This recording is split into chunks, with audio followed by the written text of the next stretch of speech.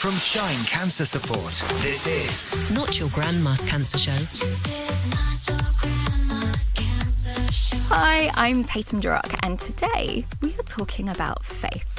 Nearly half of us diagnosed in the UK will have some kind of religion or belief system, and cancer can cause some foundational shifts and really cause us to view life and faith in different ways. And this is not something that I've experienced. I was brought up Catholic, but I don't have any kind of faith system. That's why I have 5 great guests with me today. Anoushe was in her early 20s when she was diagnosed with breast cancer. Suki was trying for a baby when she found out that there was a reason that she couldn't get pregnant.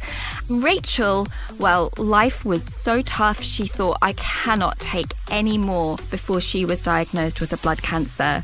Sarah is a pastor and she supported other people going through cancer, but it was so different when she got her own diagnosis. And Hannah was also in her early 20s, studying, ready to start life when she was diagnosed. So lots to talk about. Let's get going. Not Your Grandma's Cancer Show. Hannah, can you tell me what was going on in your life when you were diagnosed? I was 23 at the age of diagnosis. At that time, I was at university. I was living with my friends. I was with my boyfriend of, I've lost all sense of time. I think we'd been together for about a year at that point. I was kind of just having a great time living with my friends, studying for my PhD, going about and doing kind of research and chatting with people and, just having some freedom, having been out of home for a good few years. Yeah. When you were diagnosed, how did that sit with your belief system? And you were brought up in a Baptist church, is that correct? Yeah, so I was in a Christian home, Baptist church, would go to church every Sunday. So it was very much a core part of kind of who I was and my identity, I guess, really, as I was growing up. And it's something that I took with me as I went to university. It was just that initial sense of community that I thought I could find doing that. So yeah, I definitely had a faith as I was diagnosed, but it very much rocked that. There's all the emotions that come out when you get a cancer diagnosis. And in terms of the faith, that was very much a kind of anger towards God about how on earth could you allow this to happen to me? I'm 23. I consider myself quite a good person. I've, held on to my faith. I go to church. There was the initial kind of impact on my faith, I think, was just anger and confusion. I also hear a little bit in there of did it also feel a little bit like a punishment for something? Yeah, I don't think I had kind of really connected it to anything specific, but it did sort of feel like, why would you allow this to happen, God? And is there something that I've done? I couldn't understand how I could get to that point. I think particularly just being so young, it didn't feel fair at all. I mean, cancer's not fair at any age, but when you're in the middle of your 20s, kind of living your life, it just was totally not what I expected, nothing that I'd ever thought about before. Cancer was just something that happened to other people, probably a lot older, and just wasn't part of my life plan. And where did you go with that anger? I mean, I imagine having grown up within that faith, suddenly having this crisis of, what you were believing, what, you had grown up with. Were there people around that you could talk to? Yeah, I was very, very blessed with that. I think in the initial kind of early days, I very much kind of became introverted and very much reflective on what it meant for my faith and how I would kind of reconcile the diagnosis and what I thought I believed and what I thought about God, and all of a sudden what I was kind of feeling towards him in terms of anger. I very specifically remember sitting on the sofa one day and having that thought of, I'm either angry at God and I push him away because this just feels so unfair, or I say, I don't have any control over this situation, so here it is for you, God. I still remember having that internal dialogue, and I kind of chose the latter in terms of handing it over. So that was kind of that process initially. And then, I was very blessed to be part of a church where people came alongside me. I didn't really want to talk about it too much initially. There was just a couple of people an older couple who are married and had supported my boyfriend and I at the time. So we opened up to them, and they very much were there along the whole journey and kind of, behind me every step of the way. Oh, I'm so glad that you had that. And what was something that, they had said to you that really helped or, provided kind of a little bit of space for you to have those feelings? Yeah, I'll never forget what she said. It was it was just very powerful, and it stuck with me, and I've passed it on to other people. And she said, whilst you don't have the words to pray because you're so confused, there's so many emotions, we'll do the praying for you. We've got the words. We're doing it on your behalf. When you're having all of those dialogues internally about faith and, being angry, but also trusting and leaning into God at the same time, and you don't really know what to say because it's all so confusing, for someone to just take that burden off was just amazing. And yeah, like I said, it's really stuck with me, and something that I've told lots of my friends when they've been going through really difficult things, like, let us take that on. God still hears all our prayers in the same. He knows what you're feeling, so just don't worry about it. That's lovely, because from someone from the outside, there could be a thing to lean more into it, but actually that space for you to have whatever feelings you needed and wanted to have, even if they were ones of, wanting to push away, even if they were ones of anger and fear, which are all things I think that are terrifying, getting cancer in your 20s. And I imagine there was a certain amount of sort of normalizing that process for you of being able to have your feelings. If you listed every emotion going, I think I had them at one point during the whole process. And for people to validate that being normal, even though they hadn't necessarily had the experience themselves, but, they had a tiny insight of watching it happen to me, of them feeling angry or them feeling hurt. And to say to me, yeah, just feel it, just go with it, was amazing. And how did you feel towards the end of treatment? Did it shake your sense of identity? Yeah, absolutely. It's funny, this morning I work for a Christian organisation, so every week we kind of have conversations around our faith, and we were talking about peace today. And I was saying that actually during my diagnosis and treatment, I actually felt incredible peace that was just really inexplicable. And I think that was just the sense of kind of God carrying me through the process. There's a poem called Footprints in the Sand about how when you're going through something difficult and you see two sets of footprints, and then all of a sudden one disappears, and God says, that's because I'm carrying you, it's not because I've left you. And I felt really, really peaceful, I think, in a weird way during the treatment. I think partly that's just because you don't have time to think about anything else either. It's just go. It's appointment. And so I was just really leaning into that, and God really provided that peace. But once the treatment was over, I think that was almost the most difficult part in terms of identity. I was left without hair and eyebrows and eyelashes. I'd put on weight from the steroids. I'd moved out of my university home. I'd moved back in with my parents. I'd given up my PhD for a year. My boyfriend had basically become my carer. And yeah, I think that was really the hardest part, and one that, although people had been so supportive the whole time, that was one that I didn't really know how to articulate to people, because they see you and particularly when you say, I don't have cancer anymore. I've been treated. I've had chemo. I've had the operation, and I'm still having treatment, but I can largely say that I'm free of cancer now and move forward. But I just didn't know how to. And I think that was really confusing for my faith as well, because I'd felt so close to God during the most difficult time.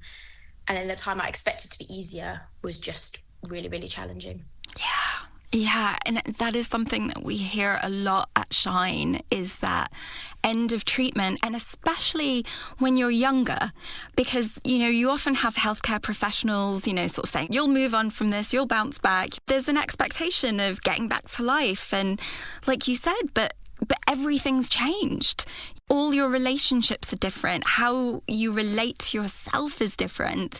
And in your case, and, why we're talking about this today, also how you relate to everything you believed is different. How did you sort of take steps at that point to integrate things together? I think it was a very slow process. I still remember kind of looking back at pictures of me. You know, I always had really long, thick hair, which has come back now. I just remember looking at photos and thinking, I don't know who that person is. I can't reconcile the person I am today and who I'm seeing in the mirror with the person in those photographs. And it was just a really, really long process. But I think bit by bit, just naturally, bits of life started to come back. For me personally, returning back to my PhD and feeling like I had a sense of purpose. I think I almost at some points felt like I was left with nothing, which was absolutely not true because I had family and friends and so much going for me after all that. But the things that you feel like you anchor your identity in had gone. And actually that was a reminder that I needed to find my identity elsewhere. So it was very much a kind of, trying to push through that in terms of when I was going to church, again, feeling those emotions and kind of connecting in a different way. Picking my PhD back up again, trying to just create the new normal is just a horrible phrase, but that's what it is, I guess, really, is there's something, it's a new chapter. And I think for me it's new is okay. I don't have to return to the old. When I was trying to seek something that I was never going to get again, I was never going to be Hannah without cancer. It had to be the new Hannah. I could take bits of the old version of me, if it were, as you were, but there was something new, and I had to see that as a positive process, I think. Yeah, and a process like that is a grief that is moved through. I'd love to bring Suki in here. How has it been for you listening to Hannah? I think I can relate to a lot of stuff Hannah said. And I think the anger was one thing. It was kind of like anger towards God, anger towards my body. And it also rocked my faith as well. And at one point I kept saying, why me, why me? And then I thought, well, why not you? You know, if 1 in 2 have cancer, why not you? It's nice to hear that Hannah had support in, you know, fellow worshippers. And I think that's so beautiful what somebody said to her is that you don't have the words, but we will pray for you. Let us pray for you. I think, you know, for someone to say we will pray for you is quite a beautiful thing. And I think if nothing else, it just reassures you that somebody's thinking of you and sending good vibes or good prayers your way. I was a bit like Hannah. I didn't really share my diagnosis, fear of judgment. And I kind of had to distance myself from my place of worship, which is called a Gurdwara, because I was worried about bursting out crying or somebody saying, you know, why are you here in the middle of the day? Are you not at work? So it became quite a private affair with God and prayers and listening to live prayers from the Golden Temple in India. For you, what was the hesitation? What was the need to kind of keep that sense of privacy? What would have happened if you had been open about your diagnosis? I think it was the judgment within the Asian community. You know, I didn't want to kind of like be shunned or, you know, oh, look at her, you know, she's got cancer, she hasn't got kids. And also there was always a suggestion that, you know, well, why would my husband stay with me if I can't have kids? And I just didn't want to put ourselves in that situation. And because my family were aware, like my wider family, I just didn't need that. I just wanted peace and quiet. I did speak to people of other faiths. You know, I've got a friend who's Muslim, Jewish, Christian. I drew bits of strength from their religions as well. And, you know, I remember talking to a lady in her 70s or 80s at oncology unit. And I said to her, you know, I'm not coping very well. And she said, I'm 80 odd, I'm coping because I've had my life, I've had my kids, I've had my grandkids. She goes, it's different for you because you haven't had all that and it's uncertain.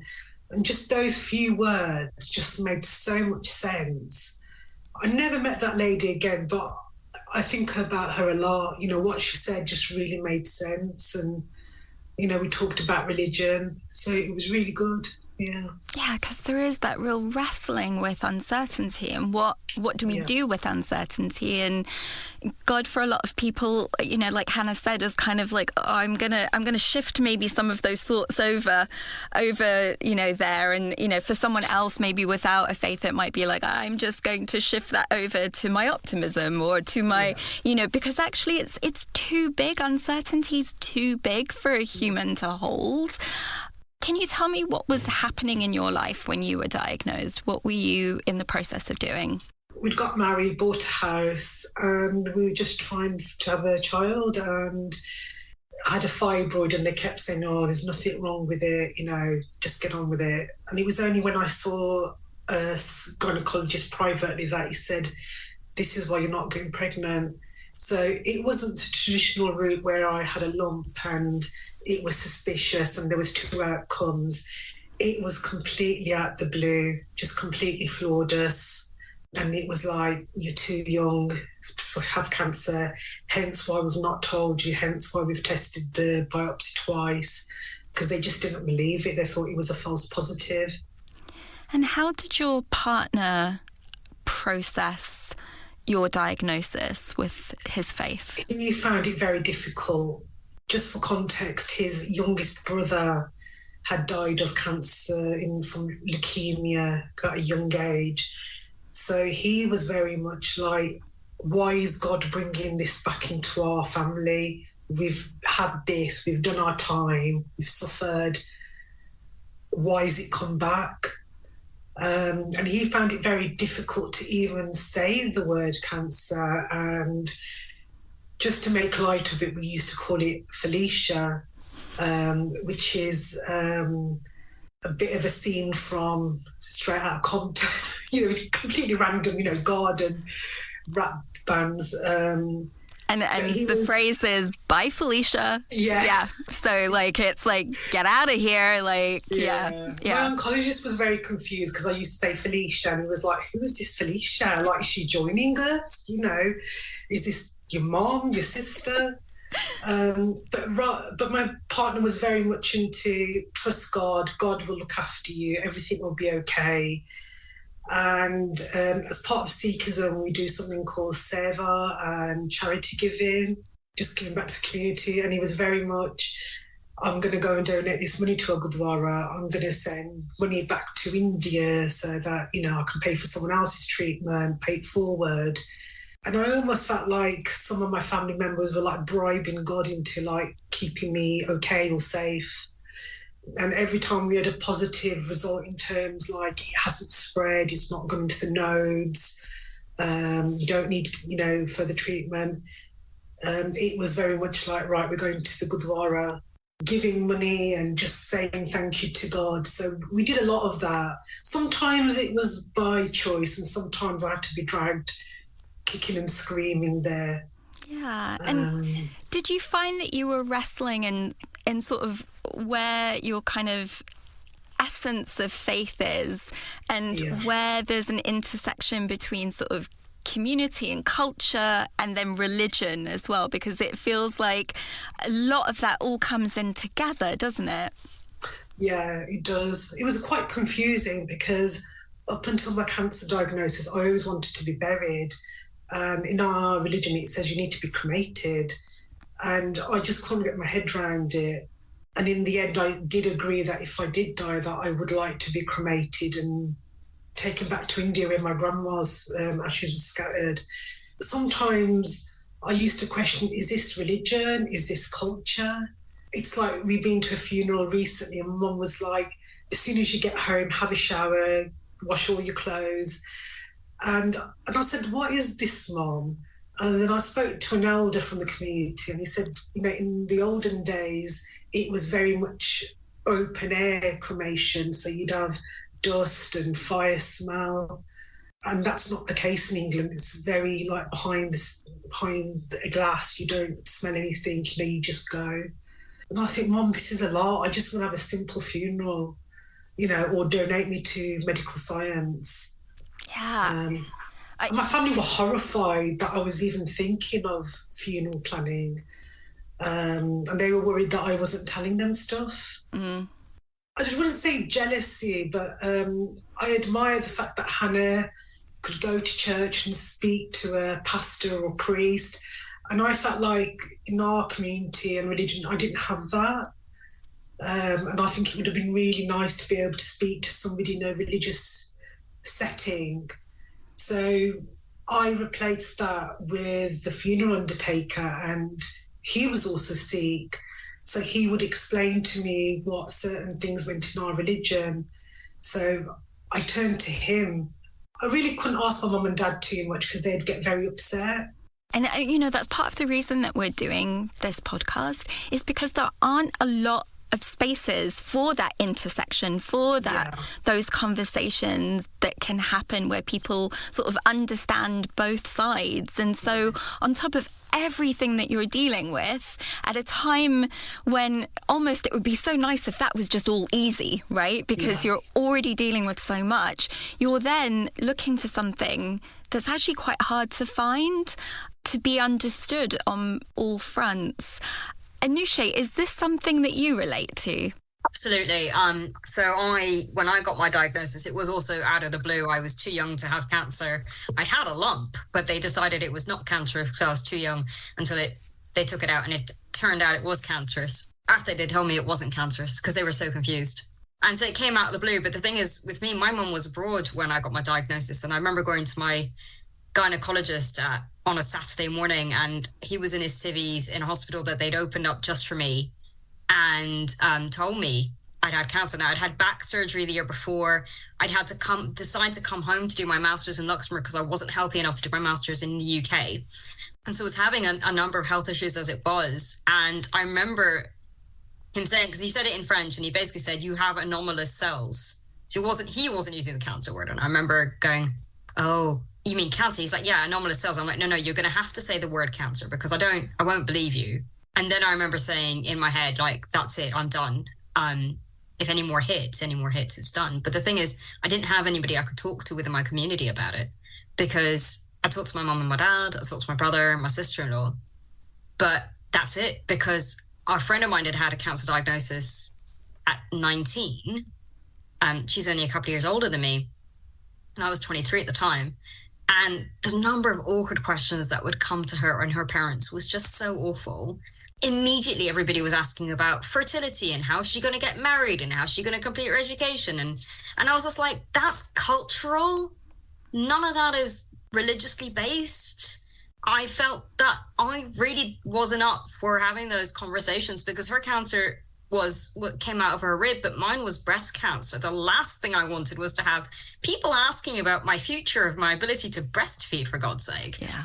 I just wasn't going to even entertain those conversations. But it meant by isolating myself in that way, people didn't know. So when I couldn't go out anymore because I'd had so many bad mouth ulcers that I really wasn't well, we just said I was studying because I was in my master's anyway.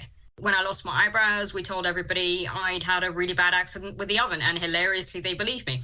Funny enough, I told my best friend, who is from the community, is her elder sister who had the original diagnosis. And I said to her, she looks back at her picture, she said, I should have known. I was wearing a headscarf back then, so it was really easy to cover the hair loss. Right. Yeah. So the hair loss is under wraps. I have done that with the oven. And burned the oven. Yeah, see, there you go. It does actually happen, right? I mean, I burnt my eyelashes. I didn't actually get my eyebrows, but I did, yeah. I'm figuring I lost my eyelashes and my eyebrows. I had fake eyelashes on that were just as long as my real ones used to be.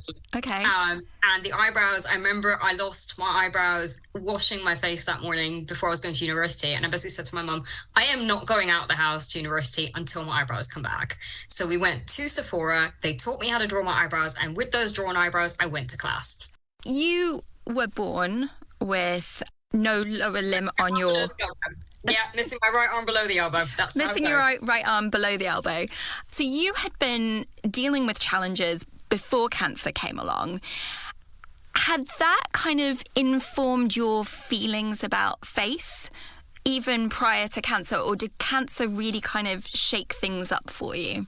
Cancer was probably the hardest one. So being born the way I was God makes people in all shapes and sizes. So, and that's what I was taught, and that's what I believe. I have no issues with that because, frankly, diversity makes us cool. And, you know, I was brought up in a very secure and safe household. So I was always taught everything was possible, even though my mom and dad had certainly had, what did you do for your daughters come out wrong? You know, you must have done something. And that's certainly something that we hear in our culture. It's, again, it's intertwined with religious scripture, but it's not a nice way of interpreting it, if you see what I mean. Yeah. And so you often get that.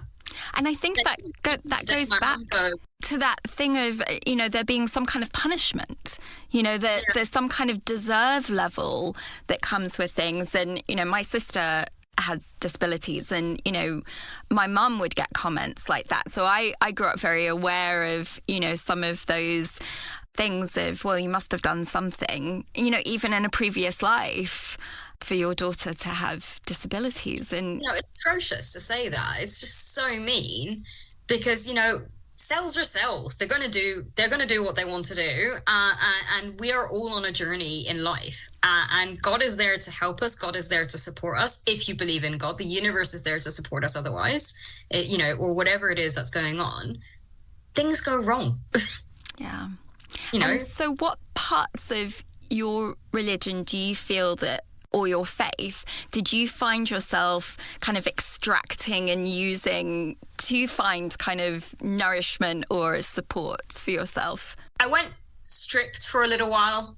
My brother and sister-in-law had been going through some stuff and they went really strict. So I kind of role modeled off them for a bit. So no listening to music for 6 months. I was miserable, things like that. And eventually I was like, well, that's not my identity either. So I'm going to try and find myself. So what I've done is I have a very spiritual level observance of my faith. So I talk to God even when I'm not praying. I talk to God. I can't fast anymore. And I really regret that because I miss that sense of community that there is in Ramadan. And because actually it's that part of doing it together, misery loves company a little bit, that really makes it important. And I miss that. And so I miss those ritualistic things of community that I can't do anymore. And people often say, oh, you're really lucky that you can't fast. And I go, actually, why don't we trade spaces? I wish I was healthy enough to fast. It's that sort of thing. So I've become a lot less ritualistic. I don't always pray the 5 times a day, but that doesn't mean I'm not talking to Allah. It doesn't mean I'm not looking at scripture. I want to understand whether what's being told to me is cultural or religious. Because I want to understand, you know, especially if it's something that sounds misintentioned or not nicely intentioned, I want to understand where that interpretation has come from. What Suki was saying earlier, that, you know, people wash themselves after the funeral and stuff like that. And is it a historical thing? We do too, but that's because bad energy and it could be that you've got some dirt on you, so you should wash after a funeral. But that's our practice. Yeah, it's that sort of thing. So much more spiritual in how I practice and much more comfortable because of that, because I'm really owning it for myself. I never felt angry at God for what happened. I mean, Dad had his cancer diagnosis straight after me. It is what it is. Yeah. And what I hear in there, and you've given yourself space to kind of curate and have some inquiry into what parts of this, and like you said, kind of misintentioned, to see what works for you. So when you are feeling depression or things that come along as part of like your treatment and part of what you've been left with in terms of side effects and everything, what would the sort of religious or cultural approach to that be? And what is your approach now? Hopelessness or despair are seen as sins in Islam, because the idea is that if you're despairing, it means that you don't even believe God can help you anymore. So it's a thing. But at the same time, I think I feel like people are seeing that as a very literal expression. And I think if you genuinely believe that there's no one in the world that can help you, then that's true despair. But actually, it's your own duty to go out and look for help. And I think that's the bit that we're missing within what people are saying. Religiously, you know, you're feeling depressed, you're feeling hopeless, whatever. People just go, pray a bit more.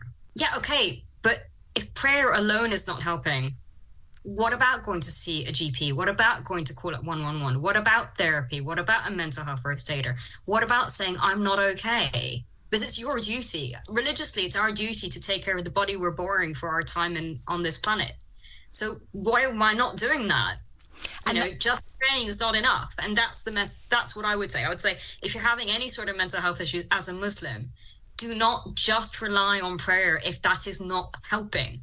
Find help. It is okay to talk to somebody about your problems. Yeah. Because that you are observing your religious duty by taking care of yourself and not falling into true despair. And is that something that's written about in the Quran, about kind of your duty to take care of your well-being? We are borrowing our bodies. God has lent us our bodies. He's put our souls in our bodies. Our bodies are simply a host to our soul, and we have to take care of it. Everything we do is written down by our body, what we eat, how we, everything we do. So part of taking care about your emotional well-being and your mental well-being is so, so important. I think that's a message that is not there culturally, and I feel really needs to be talked about more religiously. Having mental health issues is not failing. It is simply that life has gotten a bit overwhelming and you need help. Oh, I love that. Rachel, I can see you nodding. It would be great to bring you in here. How has it been hearing from everyone today? It's been such a blessing to go last, because everybody's stories are just so precious. Everybody is unique. Everyone is seen valued and loved, and everything that everybody has to share today has just been, it's been such a privilege to be able to be a part of, just a little part of the journey that they've been on. I've been nodding because so much of what people have been saying has struck a chord with me. And I've been busy writing on Post-it notes because it's reminded me of things that happened on my journey. There seems to be a central theme here of identity. And I'm only just learning now that complex trauma affects us in quite a lot of ways. Of course, it's ever so traumatic to think that you may die. Complex trauma can really, really chip away at our identity, which is why I think everyone keeps touching on that. So for me, absolutely identity. Also the themes of restoration and legacy, actually, in terms of what I want to leave behind, what I want to be remembered for. God, I'm a Christian, and God had put his finger on identity many times in my life. He once said to me years ago, how long will you hold between two opinions of yourself? He said that I was an overcomer. He spoke many things over my life. And the most recent was, you need to know who you are in Christ. And that was like a forerunner, really, to the big event and what that did to me. God started a long time ago. He started many years ago by speaking to me. When I went forward for prayer, somebody prayed for me and they said, I believe that God is saying that he will restore to you the years that the locusts have eaten. I also had somebody place their hand on me years ago and tell me that I was an overcomer. And then I went to an event to try to hear from God, and somebody said that they felt like I was a salamander. A salamander can regrow its tail. For restoration to happen, it's a lengthy project. It doesn't just happen overnight, but things have to die in order for restoration to take place. Something has to go so that the new can come, like when Jesus died, like he had to die so that he could be resurrected, so that there was power in that. And I think a lot of things had to die. And a lot of things were hiding too. In my case, I had a hidden disability that had been hiding my whole life, as well as cancer that had been hiding for a very, very long time. When they found it, it was stage 4. So I was diagnosed with stage 4 Hodgkin's lymphoma. And when they found it, it was just hovering on the edge of my lungs. And when I asked what will happen if I do not take this chemotherapy, they said that I would have 6 months left to live and that will be it. I heard a lot of people talking about choice. And in my case, I nearly chose to allow myself to die from the cancer because there was already, life was already incredibly challenging. And I'd been living in survival mode since day one, all my life. all my life had been extremely challenging, trying to live in a world that didn't seem to be built for me and not really understanding why. And yeah, when I was diagnosed with cancer, I then shifted gear from I'm living in survival mode to, oh my goodness, like this is like extreme survival mode. Yeah, I mean, it sounds like things had been, like you were saying, really, really tough. Life was already really, really hard. You were kind of pushed to the nth degree, and then you get this diagnosis. And, you know, there's part of you that's like I can almost hear the exhaustion. And actually that kind of life exhaustion, to feel that way right before a diagnosis, which is really exhausting. Mm-hmm. Where did you get kind of your energy from at that point?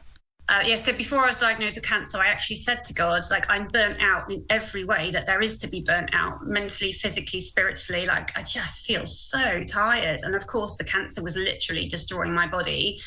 And the undiagnosed ADHD was destroying every relationship in my life, really playing havoc at home. So there were lots of things that were running rampant that were free to just roam and cause destruction. So there were things that were destroying me. The cancer was physically destroying me, and the undiagnosed ADHD, that's the problem. It's the untreated ADHD that's the problem. It's not knowing that's the problem. There's nothing wrong with ADHD. It's the fact that you don't know about it and you don't understand yourself, which causes problems with identity. But yeah, that would have been it. Two things just absolutely destroying me.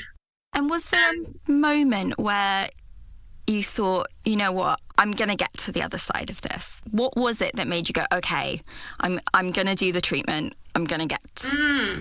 You know, I fully expect that God can heal, and I ask for outright healing. I just, this is one step too far. I just need you to take this from me. And he didn't. He chose to heal me through medicine, which was incredibly hard. And very much like Hannah, I had a group of Christian people just kind of holding my hands up in the air for me, supporting me in prayer. But that process was absolutely horrible. And I think you lose yourself when you go through cancer. Well, cancer treatment, you lose yourself when you go through cancer treatment. When I was on the scan table, bored out of my brain, now I know it's because I have ADHD, and my brain was just really, really bored. They're so boring, aren't they? Like the scans. I would be like, why are you taking away like my phone, before going in there? I was like, I have to sit here for 20 minutes, half an hour, and then go into a machine, and your brain is just exploding. Yeah. And nothing to distract you. I think, that is a version of hell. There was one scan where I had to lay down. It was like a radioactive one for like an hour and a half, and they wouldn't allow you to listen to anything or read anything. And I was like, okay, this is hell. So Rachel, so you're in that place of like, oh my God, like your brain's going a million miles an hour. Yeah. What happened to you? I just took the opportunity to say to God, well, I've got nothing to do. I've got nothing to read, nothing to watch. You might as well try and talk to me. What do you have to say? Is there anything that you want to say to me? Because you're literally the only person I can have a conversation with. And he very clearly said to me, I have more for you through and out the other side. And then he repeated this about 6 weeks into chemo, when I had a complete metabolic response. I didn't interpret that as comfort, which is why your question was so interesting, because I think that he was trying to comfort me, but I just missed it somehow, because my interpretation of that was, well, that's great. Like, can I go to heaven now then? Because I'm so eager to get there, because I know that in heaven, there's no more pain and no more suffering. So when he said he had more for me through and out the other side, I wondered if that meant, well, just let yourself die from the cancer, and before you know it, you'll be with me, you'll be in paradise, and you won't have to suffer anymore. And I literally considered letting myself die from the cancer, especially because life here on planet Earth was just every day a struggle in more ways than one. And I actually researched what it would be like to die from Hodgkin's lymphoma. That's how serious I was. But then my family kind of talked me around and eventually common sense kicked in and I thought, I can't do that. I've got a child. I need to do this for him. But that was complete emotional dysregulation. And now I know that it has a name. Understanding is absolute key in life. Understanding yourself, understanding what's going on in your body, understanding how you got somewhere is absolutely necessary in terms of moving forward. You cannot have restoration without understanding what went wrong. Yeah, and I feel like that's, kind of a theme coming through all of this is actually the search for understanding, the search for what makes sense to you, the search for a way to communicate that and who to communicate that to, and how integral that is to how you move through the world. Yeah. So, Rachel, if there was one snippet of advice that you would give to yourself shortly after you were diagnosed, what would that snippet of advice be? If I could have known then what I know now, I would have parented myself. I would have been really, really kind and gentle, and I would have said, right, I'm not going to lie, this is going to be extremely challenging for your ADHD, but just go with it, get your head down, do your time, and then out the other side. Thanks for that, Rachel. Now we're going to welcome Sarah, who is a pastor. And Sarah, tell me, how old were you when you were diagnosed? I was age 44. It was a complete shock. There had been sort of no signs, and I found a lump in my breast when I was in a shower Christmas week. I thought, I better go and check that out. And for ages thought that it was an abscess or a cyst, and then it turned out to be grade 3 estrogen positive, HER2 borderline breast cancer.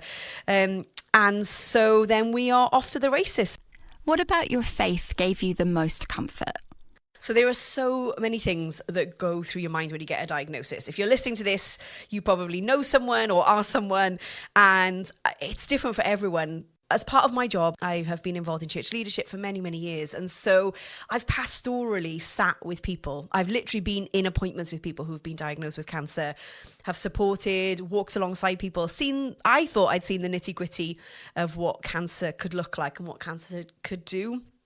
But honestly, nothing prepares you for the shock of it when they tell you have cancer. Yeah. And it all really happened so fast. So you get the diagnosis, then you get the prognosis, and all of the questions. What kind of cancer is it? Where is it? How can we treat it? What will that mean? What are the side effects? How long?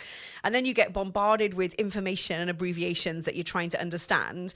But on that first initial moment where they said it could be cancer, before I got the full diagnosis and the prognosis, I happened to be on my own, because up until that point, we didn't think it was cancer.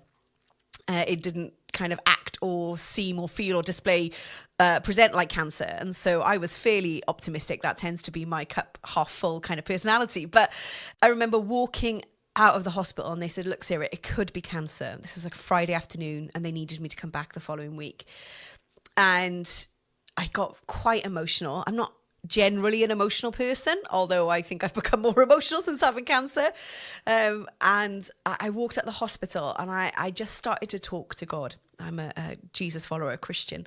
And I just started to talk to God, and I just sensed God saying, not in an audible voice, but just kind of in my own internal world, I just felt God saying, kiddo, I've got you. You know, like a father says to a child, like, I've got you. It's okay, I've got you. And I believed that. And it was very comforting to me to think, do you know what? Whatever happens, whatever the diagnosis, the prognosis, whatever is to come, whatever is the outcome, I really felt held by God. I really felt his presence. I know this might sound a bit strange for people perhaps who don't have a faith or perhaps don't believe. I'm not trying to convince anyone of anything, but just sharing my kind of personal experience, I guess. I felt held. I felt the presence of God. I felt the peace of God. I felt, I knew that, you know, through my experience of following Jesus for so many years, that I'd kind of built a really good friendship and relationship with God. And so that when things kind of went a bit scribbly and a bit kind of messed up with cancer, I already had a friendship with Jesus that I could lean into and rely on. And there are moments when for all of the wonderful people in your life, and I genuinely had brilliant people in my life, that you're on your own. Like, it's only you that can really, really face the situation. And so for me, knowing that 24/7 Jesus was with me and I could talk to him about everything. Like, I cried, I screamed, I asked questions. Like, I was really, really honest with Jesus. But knowing that he was with me, that I had that friendship with him, I find the Bible, which is our kind of holy scriptures, our kind of explanation and exploration of who God is and what it looks like to follow him. I found those really comforting too. There was a particular sentence in the Bible that we call a verse, and it's from a book called Isaiah. Like, I'm not recommending you go read it, but I just want to read this one particular verse, because this sentence was given to me when I was baptized as a teenager, when I kind of made that decision to say yes to following Jesus. And so someone gave me this as a prayer, I guess, as a reminder of God's love and faithfulness. And I had literally, just a few weeks before I got the diagnosis, I had been sharing in church, I'd been speaking in church, and I had shared on Isaiah 54 verse 10.